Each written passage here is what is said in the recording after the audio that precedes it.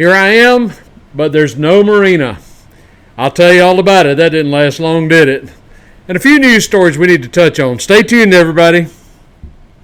You know, I am so excited. I got the greatest Christmas gift this year, and it was to be able to finally fulfill one of my dreams, and that was to fire my internet company, my big conglomerate internet company here in Alabama, because I happened upon CONNECTEN Internet. And folks, let me tell you, I highly recommend you check out CONNECTEN Internet. It is the best internet. And one of the things I love about it, other than the fact that it's so competitive in terms of cost, is the fact you can take it with you. As many of you know, Marina and I like to go out in our RV and go camping a great deal, but one of the things about going out into campgrounds is you almost never are able to get Wi-Fi and internet.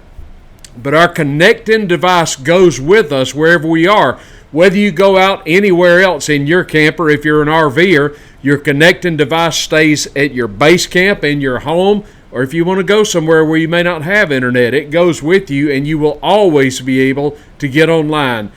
CONNECTEN Internet is simply fantastic. It's the best thing going. Down below, I'm going to give you a link where you can check it out. And believe me, Trailer Trash Tim highly recommends it. It's CONNECTEN Internet. Check them out. Hello, everybody. Trailer Trash Tim. I am really glad to see all of you today. It has been a whirlwind of 48 hours. Let me tell you what all is going on. Marina is not with me, as you see, and I'll tell you why. And everything that's going on, I am simply exhausted from the last, 36, 48 hours. I don't know, whatever. It's been just an absolute marathon, mostly on the road. Here's what's going on. Marina joined us, of course, for our last show, and she enjoyed it. I think everybody enjoyed having her here on the Trailer Trash Tim show. She'll be back, but right now she is out of state. What happened is this. On Christmas Day, I guess it was day after Christmas, right after we shot the last video, actually, Marina's father is in Missouri, and we are, of course, in Alabama. And he's in his 80s, and he's a widower, and he suddenly has fallen ill now, and he lives in a retirement community by himself. Marina has a sister, Benita. You might see Benita occasionally down in the comments. She's just a sweetheart, and she's been doing a great job caring for their dad. But Marina felt obligated to go and lend a hand. There's two sisters, Marina and Benita. You'll see them both in the comments, I'm sure. So, hey, say hey to Benita and say hey to Marina. Benita's been doing a fantastic job caring for her dad, so Marina needed to give her a hand. So, sometime after we shot that video, within a couple of hours, we loaded up the car and drove 600 miles to Missouri. It's around the Branson, Missouri area. It's about 600 miles from here. We went and I dropped her off. I visited for a few minutes, and I got back in my car, and I headed back toward Alabama because I got to get back to work, of course. I'm not off. I made it around, I think, Jonesboro, Arkansas, and I'd been driving for like 12 hours, at least 12. I know, more like 13 or more. And I just got a hotel room last night and just collapsed into the bed, and I slept for about 6 hours, got up, and I made it the final 300 and something miles back into Alabama, the home base, and just exhausted. But I had to get back because I got to get back to work. So Marina's going to be gone for a few days, helping Benita to care for their father. And so keep them in your thoughts and your prayers, if you would, please. And we just pray that her dad will be returned to good health very soon. And I'll go make the trek again and pick Marina up, unless she hitchhikes home. I told her she could do that or a Greyhound, and she said, "You know that I hate you." She doesn't really hate me. She's just, being a smarty pants. So it's just me and Kiki, and I walked through the door this morning sometime, and Kiki looked at me with a look that said, "All right, where is she? And who are you? And why are you here?" So that's what's going on. But she'll be back soon, I promise. But until then, we're just going to rock on and do the best we can, all right?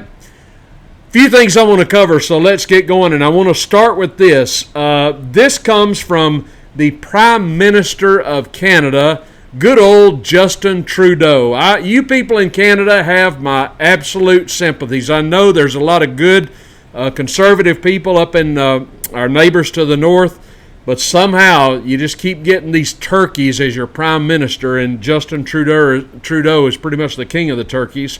And the headline reads thusly: Trump win in 2024 could harm fight against climate change, warns the Canadian Prime Minister. From Ottawa, if Republican frontrunner Donald Trump wins the 2024 U.S. election, it could harm the global effort to fight climate change, Canadian Prime Minister Justin Trudeau said in an interview. Trump, who denies the science of climate change, that's a lie. It's a lie that any of us deny. There is climate change. Nobody denies that. But let me go ahead and insert. What these leftists mean by climate change is man-made global warming. That's what they mean, okay?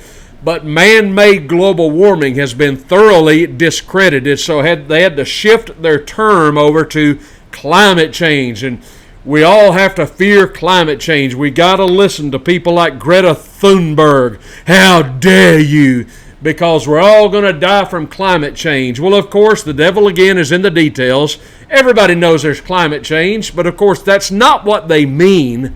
They're not talking about summer, spring, winter, and fall. That's not what they mean. They're talking about a geographical weather event that would cause civilization to collapse. That's what they mean, and it's caused by man and all of his evil activities. This is the home. The environmental movement is the home of the leftist anymore, because they fail in every other area where the arena of ideas is. They always fail. They don't have viable solutions for anything. So they invent problems, and they tell us we're all going to die unless it's basically their war against successful people. It's basically their war against capitalism. It's basically their war about sound economic theory. These people all want one thing. They want the government to control our lives to the hilt, to the nth degree. That's what they're after. But of course they're nothing but a bunch of hypocrites, as we know, because you take people like the Obamas, like Al Gore, people like this, they all preach at us that, you got to start driving electric vehicles, and you all got to stop using gasoline, and you got to stop using heating oil, and you got to stop doing all these things that are going to kill our environment. And then they go and build houses on Martha's Vineyard, don't you know? And Obama was talking about the rising sea levels. And where does he build his little presidential mansion?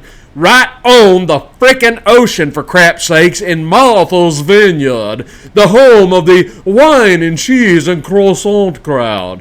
That's where he lives. They're nothing but a bunch of hypocrites. Al Gore, the failed politician Al Gore. He's always preaching at us about our use of energy. And what does he do? He builds this humongous mansion with these humongous power bills that have to be paid. It's okay for thee, but not for me, don't you see? John Horseface Kerry Lurch travels all around the world on big jumbo jets at taxpayer expense, trying to school us all about using energy. They go to these climate conferences where they just hobnob with these wealth and privileged people who are going to preach at all of us because we use gas-burning engines. Well, to heck with you, step off. And now Justin Trudeau is telling us that a Trump presidency is going to... A Trump presidency that goes back again on the fight against climate change would slow down the world's progress in ways that are concerning to me, he says. And he just goes on and on. These people are so phony. They're so plastic. They're just a bunch of hypocrites. And Trudeau is saying that if Trump wins, it could harm the fight against climate change. Well, buddy, boo freaking who? Trump, I believe, is going to win. And if it harms your fight against climate change, then all the better. All the better.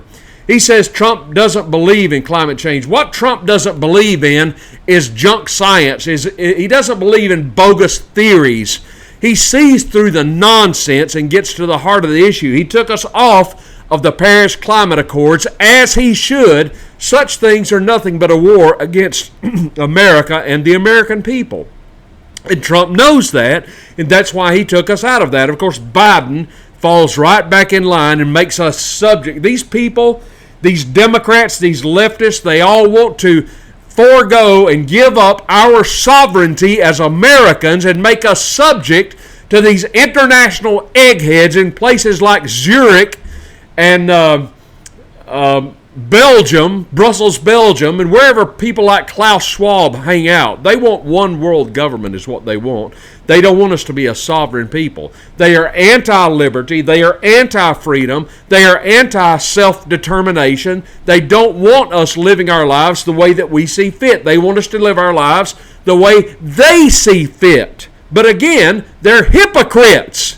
It's bad for you to drive a gas-burning vehicle, but it's okay for them. It's bad for you to fly in a jumbo jet that's burning copious amounts of jet fuel, but it's okay for them. It's bad for you if you want to buy a house on the ocean, but it's okay for the Obamas.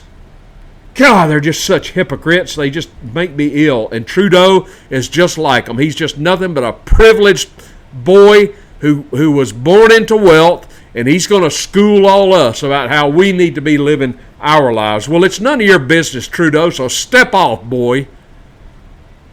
All right, let me move on. How about this? Are you aware,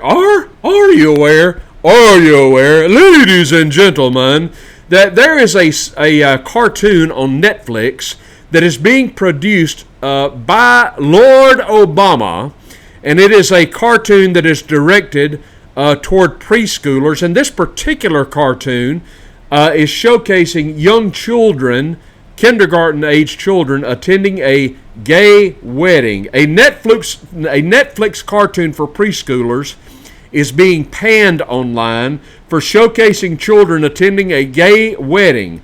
Many online commentators are slamming Barack and Michelle Obama for producing the woke TV show. Ada Twist, Scientist, is a Netflix animated TV series rated for preschoolers and children aged 3 and up, according to Common Sense Media. They note that Ada Twist, that's her name, the character's name, Ada Twist, Scientist, is a good way to get preschoolers interested in science and offers great representation with a black girl scientist as the lead. And it goes on and on. But what is noteworthy about this is that it is featuring a gay wedding between two men in one of the episodes. And the synopsis of the episode in question is this: when a tornado touches down on the day of Sensei Dave and Jiu-Jitsu Joe's wedding, the gang must think up a way for all of the guests to gather safely. Voicing the two gay men getting married in the episode are homosexual actors George Takei from Star Trek and Half-Baked star Guillermo Diaz. So here you go. They're just showcasing romance between two men. Now, this is what I want to point out. When I was a kindergartner, hell, I didn't even know what sex was. When I was in high school, I didn't know much. And I'll tell you the truth, the older I get, it seems like the less I know with today's current climate of questionable sexual proclivities, shall we say. It is offensive to me that we would be targeting kindergarten-age children with any sort of sexualized content. And it should be to you as well, in my very humble opinion. This is not an age to be targeting innocent children with such material. And of course, who has to be behind all this? Who has to be producing this? That's right, it's the distinguished former president Barack Hussein, Lord Obama, and his wife Michelle, the man who I maintain still has a hand in running this country, because Lord knows the current occupant of the White House doesn't have a clue about what's going on. It is just offensive to me that we have to watch that our children are being subjected to entertainment cartoon style that has sexualized content. When I was a little boy, I liked cartoons. I loved Popeye, the Sailor Man, whoop whoop. I loved Bugs Bunny, Wile E. Coyote. My favorite was the Roadrunner. I love the Roadrunner. I love me some Roadrunner. Meep meep. The Roadrunner, Wile E. Coyote. I could sit there. It was my Saturday morning routine. I'd get up, my mother would feed me breakfast, and then it was time to watch cartoons before I had to do any chores. I got to watch every Saturday morning when I was a kid. I don't even know if they have cartoons on Saturday morning. I guess everything's on demand now. But nobody was pushing this kind of content down my throat as a child. It would be confusing to me and completely inappropriate. This should not be the case. Childhood is a time of innocence. We should not have these sexualized agendas targeted at our children, for heaven's sakes, not even our older children. I mean, whatever happened to entertainment? Why do cartoons have to have such an agenda behind them? Why do musicians have to have an agenda in their music and in their acting? Why can't you just entertain? Why can't you just shut the hell up and sing?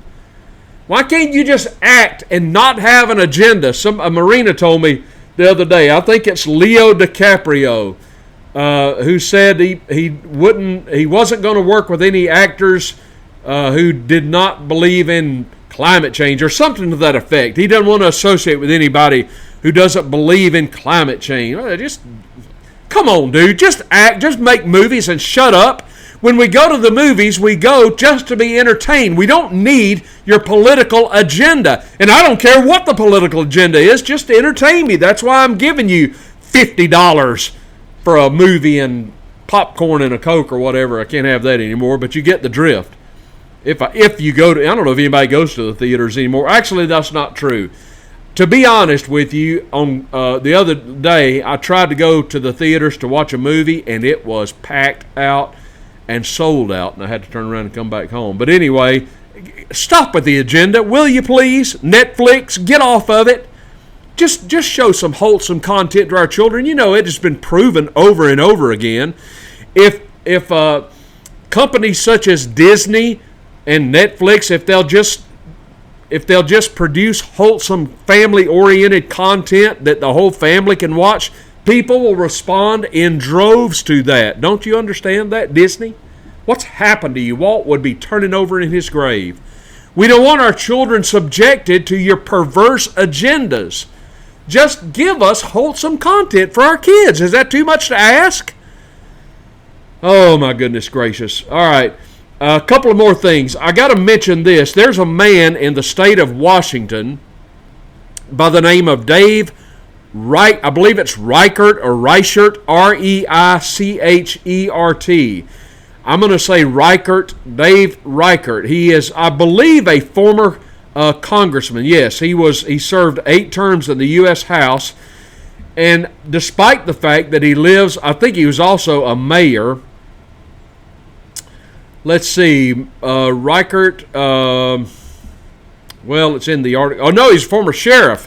Former sheriff of King County, which includes both Seattle and Bellevue. So Reichert has been a sheriff and an 8-term congressman. What makes him unique about the fact is that he served in these capacities is that he's a Republican. You know, in our states like New York and California and Washington and Oregon and Minnesota and Michigan, we do have some sane people left in these states. They may be in the minority, but they're still out there. They still have a voice.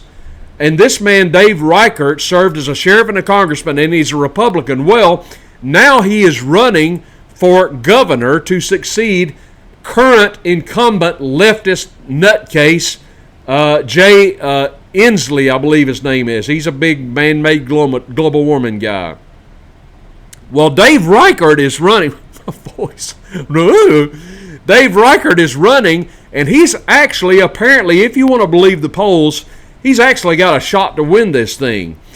Both Republicans and Democrats understand, this appeared in Newsmax, that the candidacy of former U.S. Representative Dave Reichert could make for a very competitive governor's race in the blue state of Washington.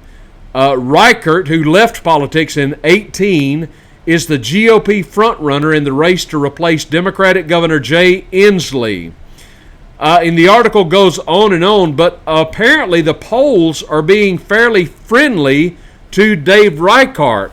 Now, there are pockets in Washington where he's not going to win. Seattle, Tacoma, probably not. It's always a city versus a county, you know? Like there's good conservative people in the state of California. They don't live in San Francisco so much and Los Angeles, but you get into the inland and maybe even San Diego, and you've got some clear-thinking people who've still got some brain matter going on upstairs. They're just simply outvoted. You've got rational people in these other places, Minnesota and New York. They're just outvoted by these nutballs that live in the cities, like Minneapolis and New York and Philadelphia and Atlanta. It's, in Georgia, that's where I'm from. It's like two states. It's like Atlanta and then the rest of the states. Everybody in Atlanta, for the most part, has lost their ever-loving, cotton-picking mind. But everywhere else you go in Georgia, everybody's fairly well sane. It's always cities versus counties or cities versus countryside, right? What is it about the cities? You go into the cities and you lose your mind? Come on, people. We got to change this. But anyway, so keep your eye on this race. Dave Reichert has a chance. I don't know how much of a chance, but he has got a chance to be Washington's next governor. Lord, let it happen. All right, let me close with this. Here's a funny story for you. How many of you ladies in the audience watching me today would like a new Porsche? Let me see your hands. Yes, I see you. I see you out there.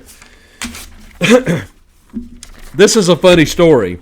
There's a man who is an Asian American, and he is a professional baseball player. You sports fans are going to be aware of this story. His name is Shohei Ohtani, and he is a fantastic, world-class, generational talent.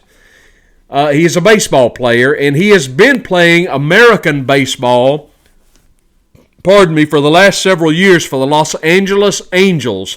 Now, what makes Shohei Ohtani so special is the fact that he does something that hasn't been done since the days of Babe Ruth. That is to say, he both hits and pitches. You just don't see that. He hits, and he hits very well, and he pitches very well. I mean, he is an exceptional talent. Well, Shohei Ohtani, after this last season, became a free agent in baseball, meaning that any team in baseball could sign him to become a member of their team. And he was undoubtedly going to receive the richest contract in professional sports history, which he did. I'll tell you more about that in a minute.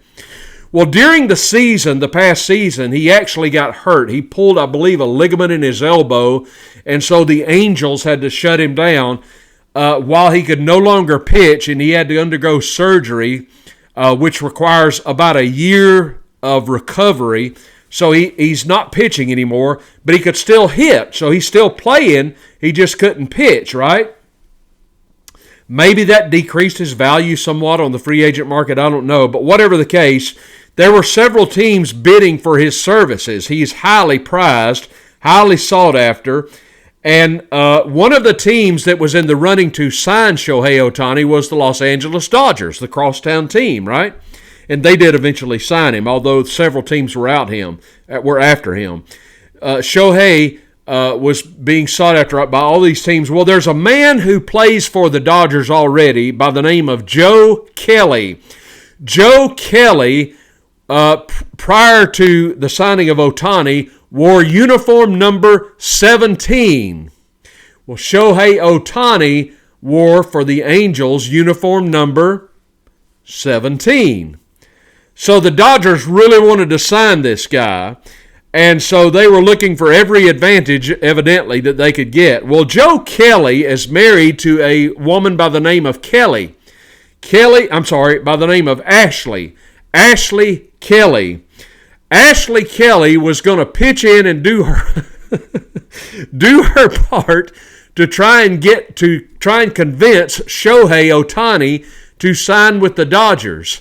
So she made a video where she put out the message, Shohei, come on, sign with the Dodgers. If you'll sign with the Dodgers, my husband Joe will give you his number 17 uniform.